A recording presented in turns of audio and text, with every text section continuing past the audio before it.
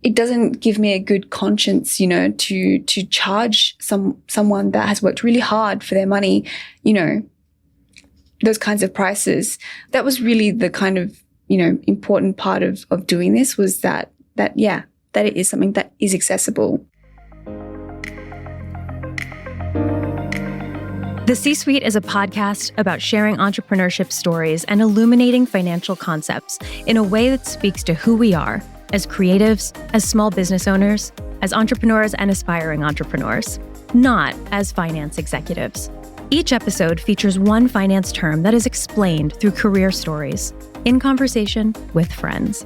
So join me as we dive into the highly personal stories that bring finance to life. Because you can do this. You can learn to understand it intuitively. And when we do that and put new ideas into context, that's when we can learn, plan, and thrive. Welcome to the C-Suite with Catherine.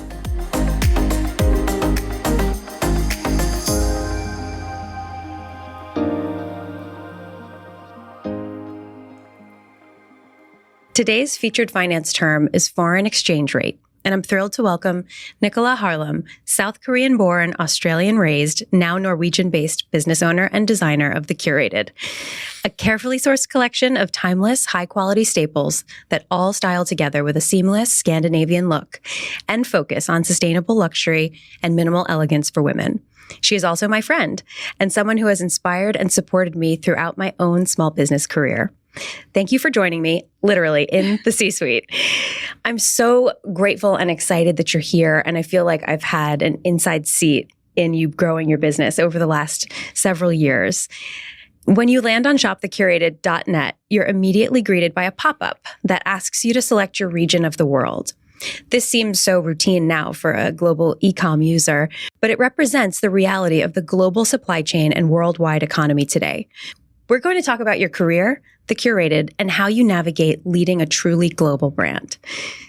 So first of all, thank you so much, because you've literally just landed in New York. And I was like, please come meet with me and do the podcast, which is also a maneuver I just did to another friend who's a designer who was in town from Buenos Aires. And he's like, let's get together. And I was like, yes.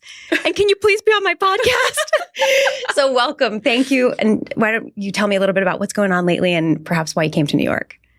Well, thank you for inviting me. It's so nice to finally meet. I just landed in New York after being in Hawaii, shooting our first campaign for the year. So I had to come to New York and start scouting places for retail space. So exciting. Very. I remember in the early days, I've always been someone who kind of, when I see something, I just jump. And when I first saw your coats, I was like, that is the way I want to dress. And basically it was like love at first sight. We've been in touch ever since. So good luck scouting, because us New Yorkers really need a physical place to experience the brand. That is for sure. So the C-Suite is a podcast about sharing entrepreneurship stories and illuminating financial concepts in a way that speaks to who we are as creatives, not as finance executives. So today's podcast term is foreign exchange rate. And I thought it would be the perfect anchor for our conversation about the reality of building a small business, one, with a global customer, two, with a global supply chain, and three, with a global life for yourself as an entrepreneur. So take me back and tell me just about your inspiration when you first started the project. I guess I've always had a very big passion for branding, and always very fascinated after living in China for a couple of years about the gap between, I guess, the customer and the factory, and what was really separating that good getting to, the customer. And after moving to Scandinavia and freezing, I thought, well, I've seen a lot of abundance of cashmere in China. Why is it so expensive in Norway? And so then it sort of led to this discussion of the power of branding and what was that actually doing? What was that hindering when it came to women with their purchasing? So I guess that's how it first started. And I really just wanted to, make it accessible. I'm going to ask you some questions later on about sort of building supplier relationships and how you reached out to your initial, manufacturing partners. But before I do that, I wanted to thank you as well for always making me feel so special and supported. And we connected in the early days of my first company, Plan de Ville. And I think that what others may not realize is it's just so critical and important to kind of have fellow small business owners in your life. So for people who might be listening that are a small business owner, but find themselves kind of lonely and lost in the process, I just sort of wanted to touch on how important it is to have cheerleaders and support when you're on this journey. What were some assumptions that you had about entrepreneurship at the time when you first started the company? And how did they change? I guess I've always been an entrepreneur since I left university. I've just always had that kind of, that drive to do it. But when it came to assumptions, I'll be honest, I hadn't given it a lot of thought at the time. It was sort of a pregnancy project. And I didn't have a lot of expectations because of that. So I kind of went into it pretty blind in a sense. You touched on two really important things, which are, one, I have this hypothesis that if you are an entrepreneur ever in your life, you sort of always were one to an extent. It's like a personality trait and a way of thinking where you can envision something that doesn't exist. And then you go out, and it's even to me so funny to hear you say it was a pregnancy project and therefore you didn't really have any expectations because it's been so successful and so meaningful to the women that wear your clothes. So from someone who's been an observer the whole time, I love that sense of not kind of burdening yourself with the expectation of it has to go this certain way. It has to look like this. I have to meet these certain, milestones or goals in my own mind, but just being a little bit more organic with your approach to it. Because if you have the entrepreneurial spirit, you're going to move yourself forward so quickly and consistently that it's not that success is inevitable. It's not. This is hard, but it can kind of propel you forward, and especially when you are open to it taking a number of forms. Yeah, I think after living in Shanghai, you meet a lot of entrepreneurs who are trying to build something new in China. And I guess for me, it was really important to always no matter what leap you take, it's always like, a little bit nerve-wracking and, you're putting yourself out there. But it was really important to me just to stay humble about the whole thing and not be sort of, this is the only way that it can go. This is the only way it can be. Yeah. I think seeing examples of other people being entrepreneurs are really inspiring. And again, if you have that in you innately and you see it, kind of getting a visual example of someone can be very powerful. So what style or piece did you start with? I started off with obviously a coat. I'm actually wearing it. I have basically exclusively worn this coat. It's the classic coat from the Curated, and I've pretty much worn them 95% of the time that I have had to put a coat on my body since around what must have been 2017, I think. I think it was end of 18. End of 18. In my mind, it's been forever. So I know, it feels like that, doesn't it? Yeah, it does. So tell me a little bit about this coat and the purpose it served and why it sort of drove you in terms of like solving a problem in your wardrobe. Well, I had moved, to Norway. And I guess I was at that point in my life where I wanted to invest in a coat that wasn't a down coat, something a bit more luxurious. And I had been to all the shops and I couldn't find anything. Obviously, Max Mara was like a little bit out of my price range, but there was nothing in between that and a Zara coat. So I started to look at Chinese factories because I knew they made the coats. I knew they made them. So when I sort of, started talking with factories and talking about their products, it was just so clear to me that this was like an investment piece that every woman needs. You started with coats, but then you added other categories. How do you evaluate if another product category is both necessary for the business, and then also how do you evaluate if it was a success? Yeah, I think it's always something on my mind that I never want to saturate the market. There's so much in fashion and there's so much that exists out there. So when I kind of originally, started looking at other products, it was products that didn't exist that I could not get at a price point that I thought was acceptable. But also because we have such a community-driven and customer-centric brand, we were able to really ask our customers and get a feel for what they wanted. I'd love to talk about that. You've proactively created a really open and honest dialogue with your customers, encouraging women to like upload photos to your website, wearing the coats and tagging like their height and weight and measurements so that, and this all comes back to sustainability and not, zipping these packages all over the world, returns and exchanges, but helping inform your customer, how this is going to fit on you, how you are supposed to feel in it, and how it looks like on women who are a similar size. Can you tell me a little bit about that? Because the idea of elevating your customer to a similar level that you elevate the product and the materials is unique and really stands out, I think. I think it was very organic the way it happened. We had people really wanted the product, but they really wanted to know how it fit. And so people would start to message anyone that tagged themselves in a code, on Instagram, kind of almost, I don't want to say burdening them, but like, could you please tell me what's your measurements, what's your size? And I get these questions all the time. I've been getting them for years. Yes. Yes. And the thing is, obviously, naturally, as I feel like as women, we always want to help. Totally. We want to help each other. And so I thought, well, wouldn't it be great if, we could upload this instead of, necessarily turning every single one of our customers into a customer service person. Yeah. What a great problem to inspire this as a solution. Yeah. So I thought it would be a great way, because, lots of people have very different ways of perceiving themselves, perceiving products on other people. And this was sort of a very realistic way of doing it and obviously, helping each other. So yeah, it was just sort of a very organic thing that sort of happened. That's amazing. And I think it also goes to this point of your customer is totally global.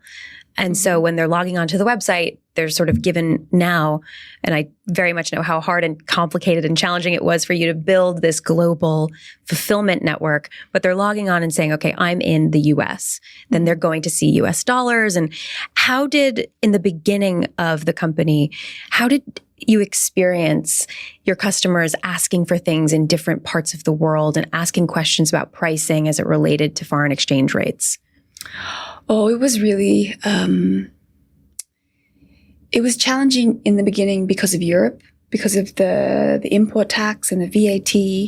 In the beginning, we were sort of like, like most companies, like DDP, you buy the product in US dollars and, we have no responsibility for the exchange rate or the taxes. But it became very clear that customers really want a localized experience. So, yeah. I think they want a seamless one as well. So localized in their currency, quick fulfillment, but then this whole, oh, ding, you have to pay X to DHL to release your package. People, I think, understand now what that is and why it's happening. Yeah. But it's always frustrating and it's always sort of a surprise, even if you may receive it, you're importing something from another country. That really can inhibit growth for businesses. Yeah, I mean, I know lots of brands that just, they only do DDP. They only, that do only do DDP, and some brands only do like DAP. Mm-hmm. And I guess it sort of comes down to where you position yourselves. And we didn't really think about the customer journey for, 12 months. And then we thought, okay, like this is really important. Like, I mean, you have to focus on building, right? You can't even think about your customer journey until you've got your actual, your products to sell. Yeah, exactly. But I think also it was sort of like we didn't think of ourselves as such a premium brand. We never like had this idea of this is where our brand should be. And then as we started to talk with our customers, they're like, well, I love your products, but I would prefer that you have everything inclusive. And I get that. I live in Europe. Totally. I think it's also about like the idea of luxury and premium doesn't always just involve price. Mm-hmm. And you've created something that is very confident and clear on its intention and very refined. And those are all characteristics of what defines luxury, I think. Mm-hmm.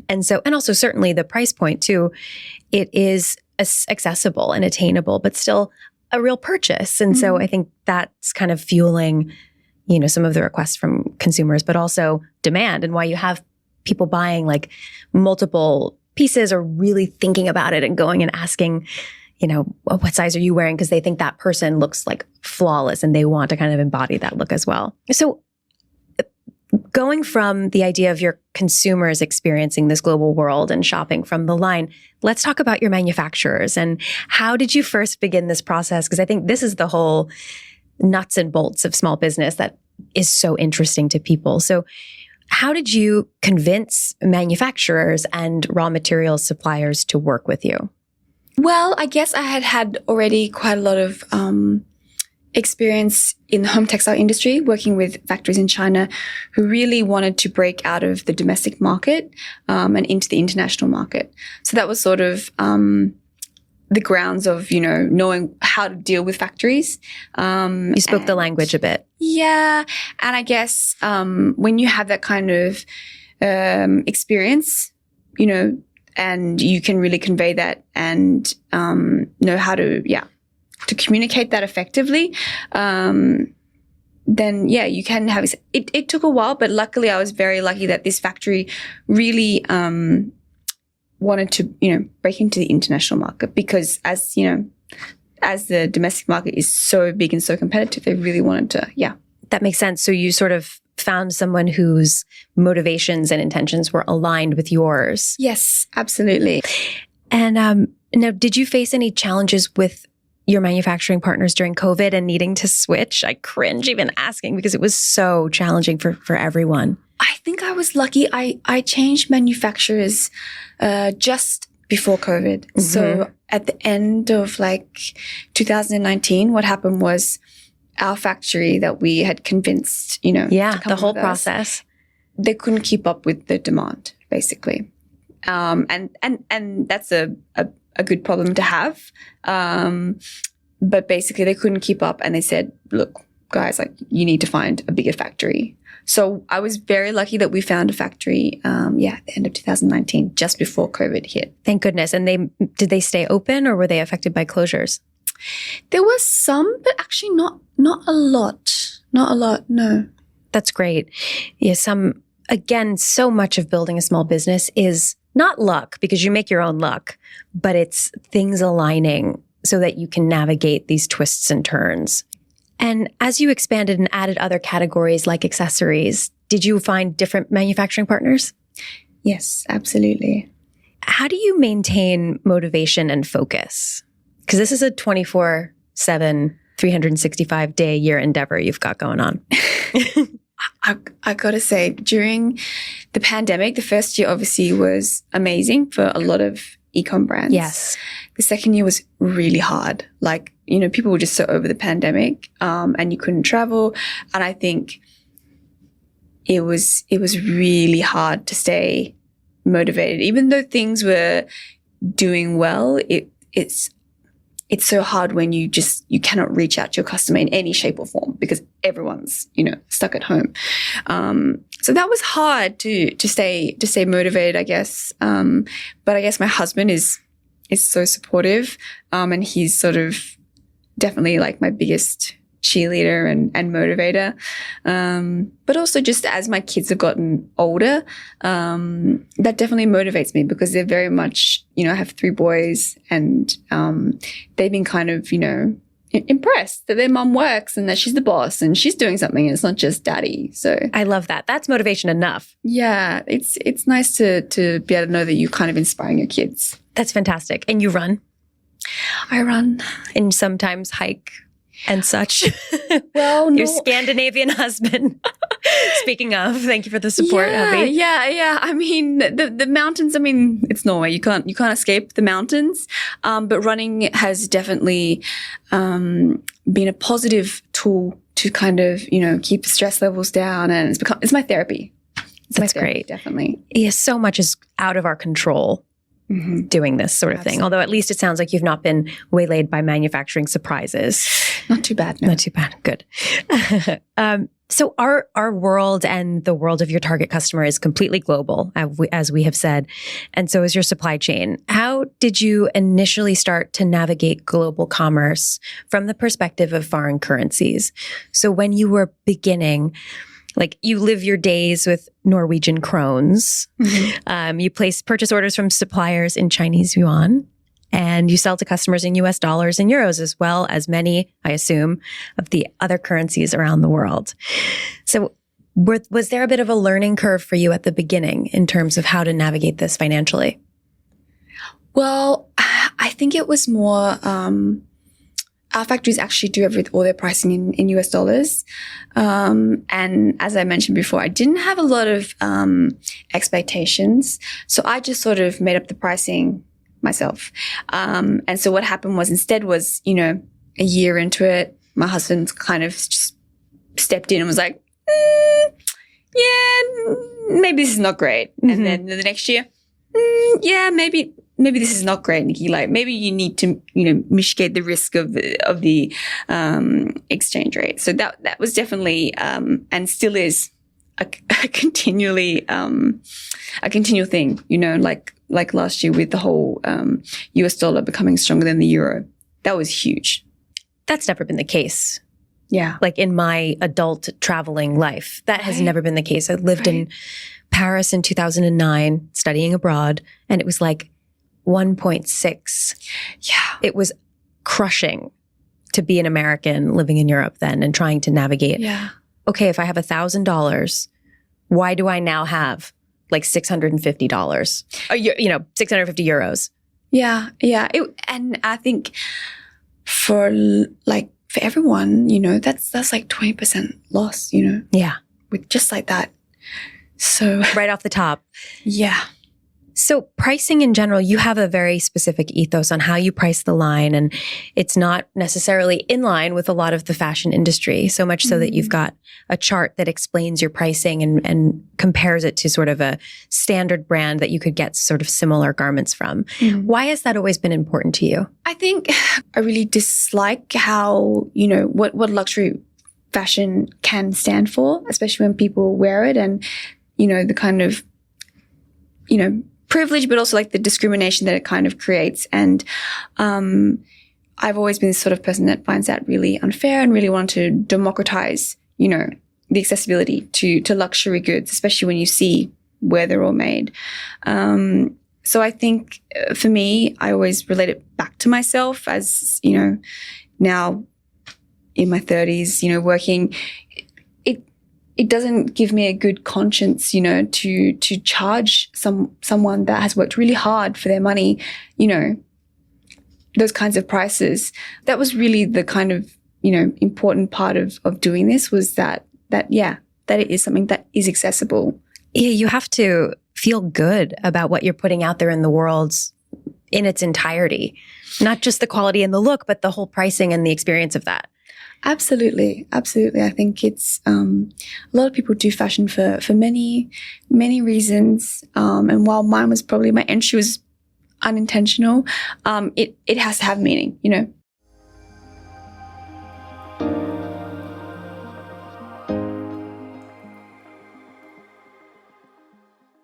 The C-Suite with Catherine is brought to you by Cashflow for Creatives, a financial literacy company dedicated to supporting the small business community through easy-to-understand finance templates, tools, and trainings designed to help you manage cash flow with ease so you can focus on growth and getting back to doing more of what you love. Our core offering is the Consistent Cash Flow Method for small business owners, a groundbreaking approach to understanding your small business finances. This method centers around 3 key parts. First, understanding the key numbers that matter in your business.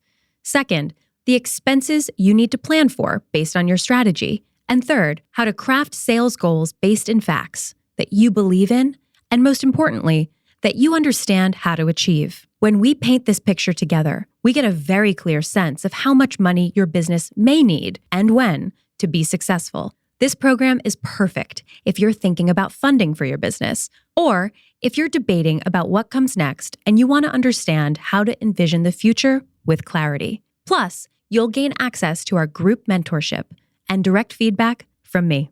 Cashflow for Creatives also offers our Simple Finance 101 small business courses. Short, snappy, powerful lessons that help transform the way you think about money in your small business. And these quick but effective mini courses have an immediate beneficial impact on your business day to day. Head to cashflow-method.com to find the next best step for you and your business. It's also linked below in the show notes.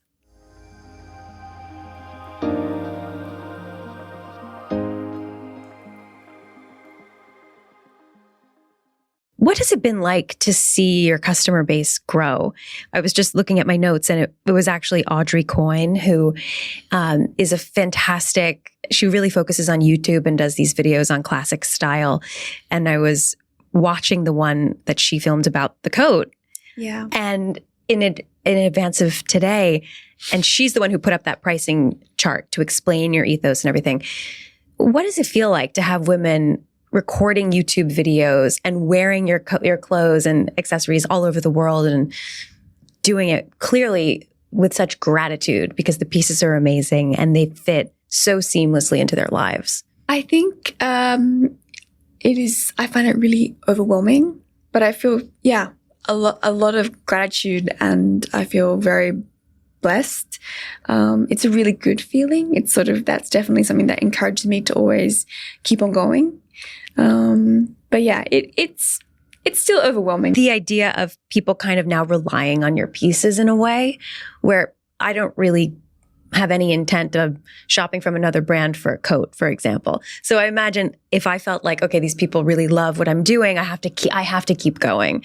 I have to keep, offering things and building my business and continuing to kind of dress these women, which maybe could be a little overwhelming, but I definitely, I think, I know what you mean. And yeah, absolutely. And I think we always, we're so lucky. We listen to our customers and we listen to what they say, and what they want. And obviously, you take some of it with a grain of salt. Sure. But I think, I definitely feel like that, that. And then I'd love to know a little bit about how your team looks now. You've sort of expanded from just direct to consumer online to dabbling in retail.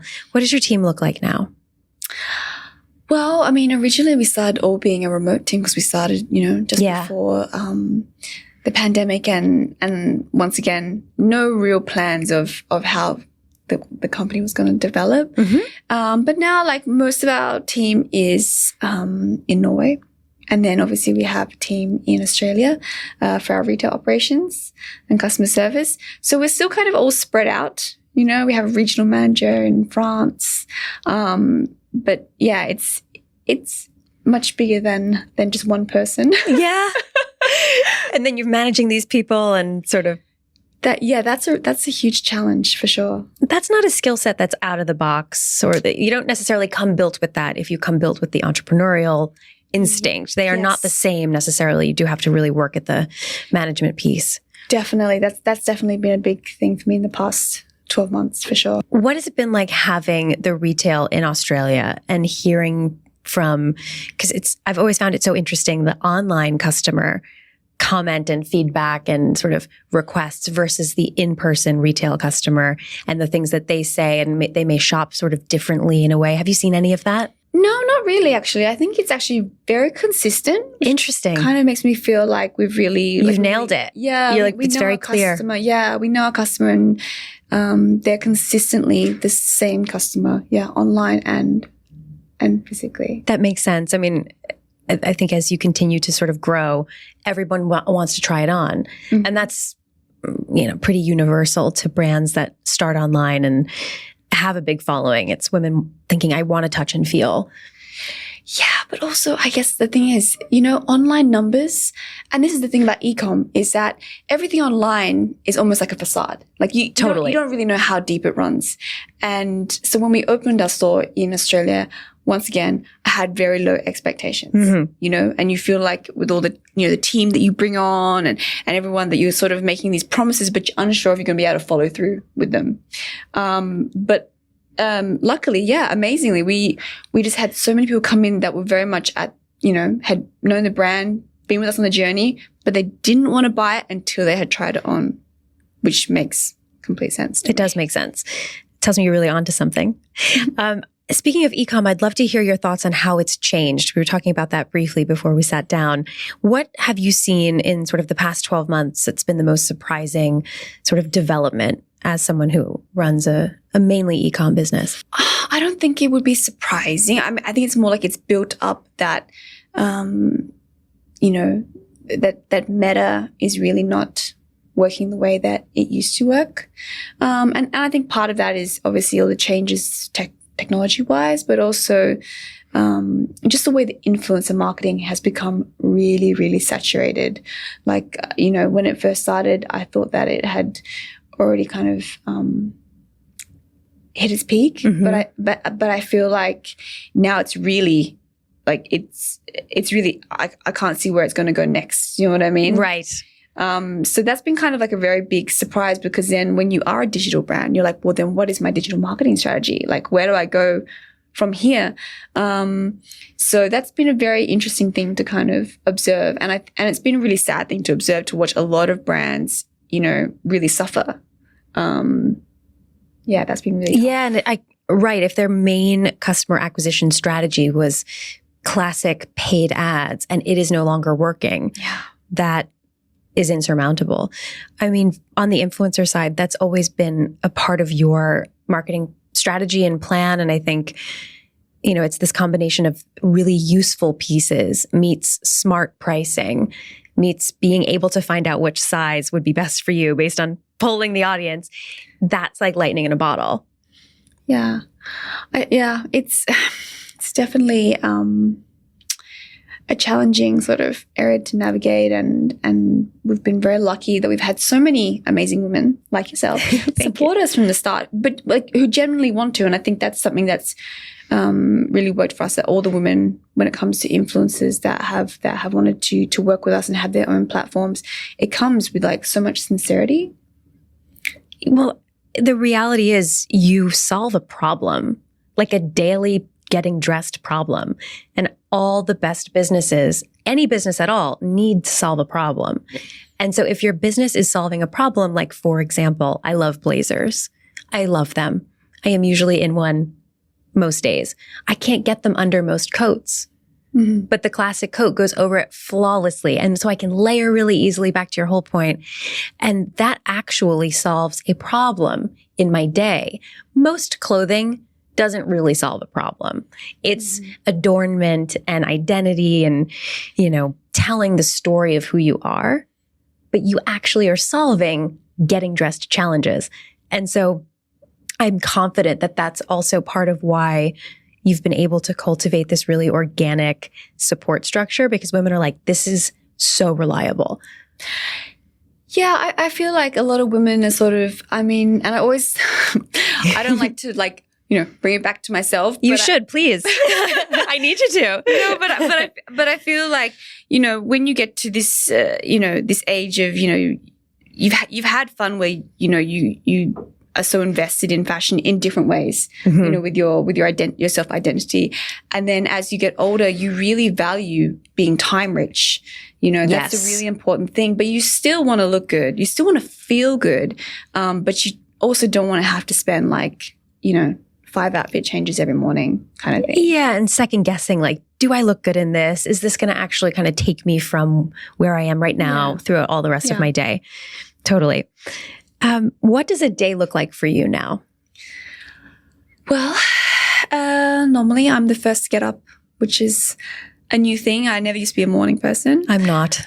Yeah. So my new thing has been getting up really early, and starting my day before everyone else. And then obviously, then my husband and my children get up and we take them to school together. And then I'll go to work for 6 hours at least. And then we sort of like between us coordinate who does pickups. Someone does pickups, someone does dinner, someone gets to do their run. We sort of alternate. Very nice. It's the only way to do it, really.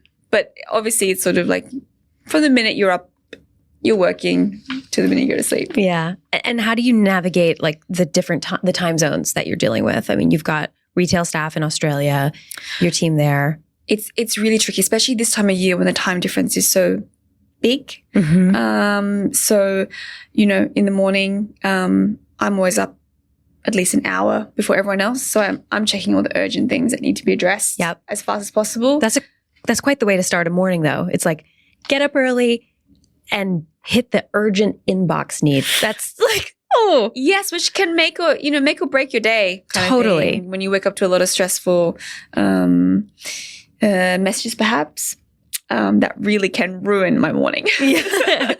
What's your greatest challenge right now? I definitely think the biggest challenge is not being able to be in every single place at once.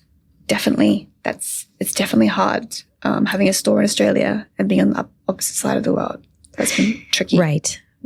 I guess the only solution there is just hiring the right people and like having trust in them. But it's hard when it's really your business and your vision. Yeah. And you want to be able to cultivate that work culture everywhere so that everyone feels it. Everyone feels that synergy and that's really tricky if you're hiring people and you've never met them and they don't know you and then you're miscommunicating and sure, that can be really challenging. Have you had successful methods for cultivating that community? Like, how do you tell the story of the brand and its inspiration when you bring on someone new? Well, I mean, I'm always pretty honest about it. And I always have to warn anyone that joins our team that, this is not, an established company. This is going to be challenging, but it's going to be like highly rewarding. And that's not for everyone, It's so true. That is the reality. And also for anyone listening, the idea of there are so many aspiring business owners who maybe have a full-time job right now and they're thinking about what would it look like, to leave my full-time role to pursue maybe the side hustle that they've had going on for some time, or to make the full like career switch and go into real estate development or something that's totally on their own terms. It is a startup, no matter what you are doing, selling, serving, providing, like creating the structure around every day, creating things out of thin air, convincing people to work with you, to convincing people to join your team. Like all of that has to be built. Yes. And it's got some unique and consistent realities around that. Definitely. And to your point before, you can't, with online, you can't really tell how deep something runs, which is like the perfect way to put it. You just don't know. And so if, people reaching out for customer service and saying like just irate about maybe their shipment was delayed or they have a duty issue or whatever it is. It's like people like one person, I actually see the message. There's real people behind these sort of glossy digital brands. Yeah. What advice do you have for listeners who might be interested in small business and entrepreneurship? I think it's so important to research. I feel like I spent a lot of time in the car with my husband developing a concept. It doesn't, it's something you can't be impulsive about in some ways. So you definitely need to research, listen to podcasts, read other people's stories to really be able to then take your learnings from that and feel like, that you're more prepared. But I think also the most important thing is always to trust your gut. When you have a business idea, everyone is going to give you their opinion on how to run a business and how to run your business that doesn't even exist yet. And that can really throw you off, Oh, totally. I always say you have to be really careful with who you take advice from. Yeah. Because people, both entrepreneurs and non-entrepreneurs, love to sort of ask you questions, give their opinion, and like watch the show. Yeah. And that's what I always say to my husband, sort of like everyone knows how to run a successful business, but they don't have one, Right. It's always like that. And I think, when you are starting a business, you are vulnerable and you want to listen to everyone. And some people will have really great advice. Totally. But even some people that, for example, have had successful careers, it's still not applicable to your to your journey, maybe, So you never can compare someone else's in that sense of like, I have to follow exactly what they did, or, you still have to learn it all yourself. Totally. And also there's time and circumstances around everyone's individual story and success. So such a good point, like someone who's had a fantastic career, it's in the past where it could be in the present as well, but just in an unrelated sort of context where things flowed easily for them for some reason that may never apply to your business. I mean, there's so much out of your control. And that's why I'm focusing now on cash flow for creatives, to create these like specific tools that help people understand, okay, what does 12 months of sales and expenses look like for the idea I'm thinking about?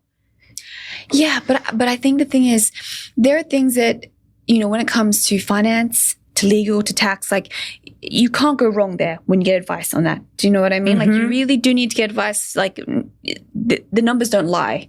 And I think it's everything else that maybe makes you second guess is other things that you have to kind of ignore and go with your gut. But when it comes to like, your accountant telling you, well, that doesn't work, you have to listen, but when it comes to perhaps, other parts of your business that really cannot be put into numbers, you have to go with your gut. But yeah, cash flow is very important. Very, very important indeed. And listening to, getting legal advice and asking questions from the accountants and attorneys that you are working with that are in your world is so important. I learned so much. I still learn so much from the legal professionals I know and the accountants. I've frankly been mentored by accountants in the fashion industry. I'm not an accountant, but they've taught me so much. And it's, I love how you kind of made that clean and clear distinction between sort of the specific hard elements of business, which you just need to listen to and absorb and learn because they are fact-based. And then going back to trusting your instincts and your gut and sort of evaluating the advice you get from others and taking it with a grain of salt because you know what the vision is. Absolutely. Absolutely. I think it's something that you just have to learn to navigate from the start. And yeah. Yeah. I think I only have one more question for you, which is, do you have any questions about small business finance or entrepreneurship for me? I think what I'm most curious about, because you have done it, is sort of, and I always say this to my husband as well, is when do you know is the time to, for example, take on investors or, I think that's something, you look at lots of brands that grow and they either take on investors really early or they don't. And we've been sort of, we want to do it on our own, but that's still really challenging when you're growing a company. Extremely. And thank you so much for such a great and concise question. I have two thoughts here.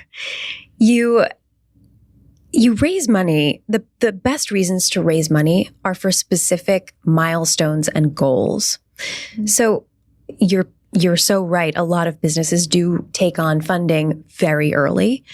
And that could be for a number of reasons, including the fact that they don't want to bootstrap, which is really what you've done, which is, you get your business up and running and then you run off of revenue, you access different, small business lines of credit and you figure it out.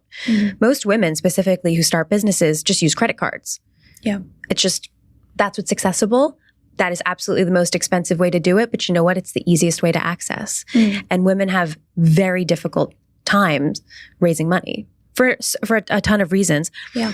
But I guess your first part of the question, which was how do you figure out whether you should raise money? I think it comes down to really doing like a projection exercise and understanding based on facts, like what do you want to do for your business? Do you want to open a store next year? Do you want to add wholesale as a distribution channel? Like, what do you want your company to look like? And then those have corresponding facts. So for example, if you want to open stores, well, you need store staff, you need inventory for the locations, you need rent and fixed facts behind your strategy that you can detail out and then understand what sort of sales goals can you set reasonably based in logic like, well, how many coats can we sell? How many coats can we sell on a weekday? How many coats can we sell in a weekend? And then do the math by month.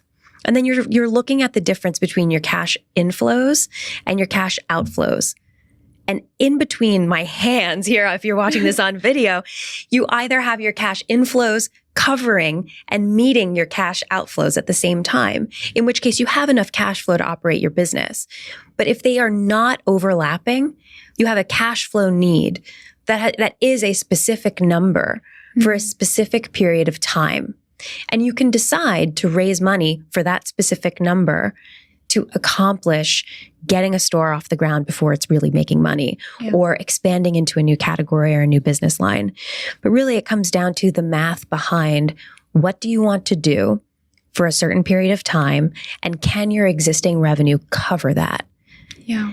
And so, we're also kind of coming out of this huge girl boss era of massive valuations and direct-to-consumer companies raising a ton of money all the time. Yeah. And investor-backed losses where you've got companies who were spending a fortune on customer acquisition, raising money to get to the next valuation, and just trying to continue to increase sales at any cost because it was all backed by companies who were making money on the transaction of the investment rounds. Yeah. That's over.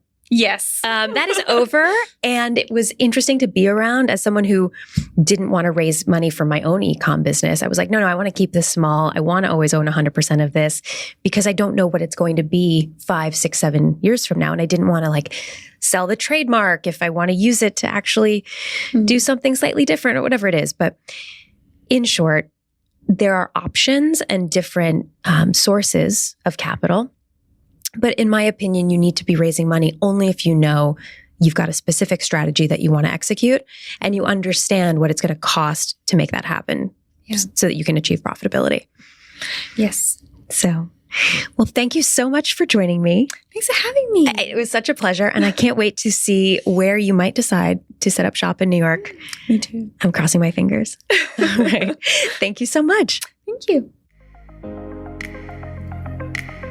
Thank you so much for joining me on this episode of The C-Suite with Catherine, your friendly source for small business finance and career guidance through stories.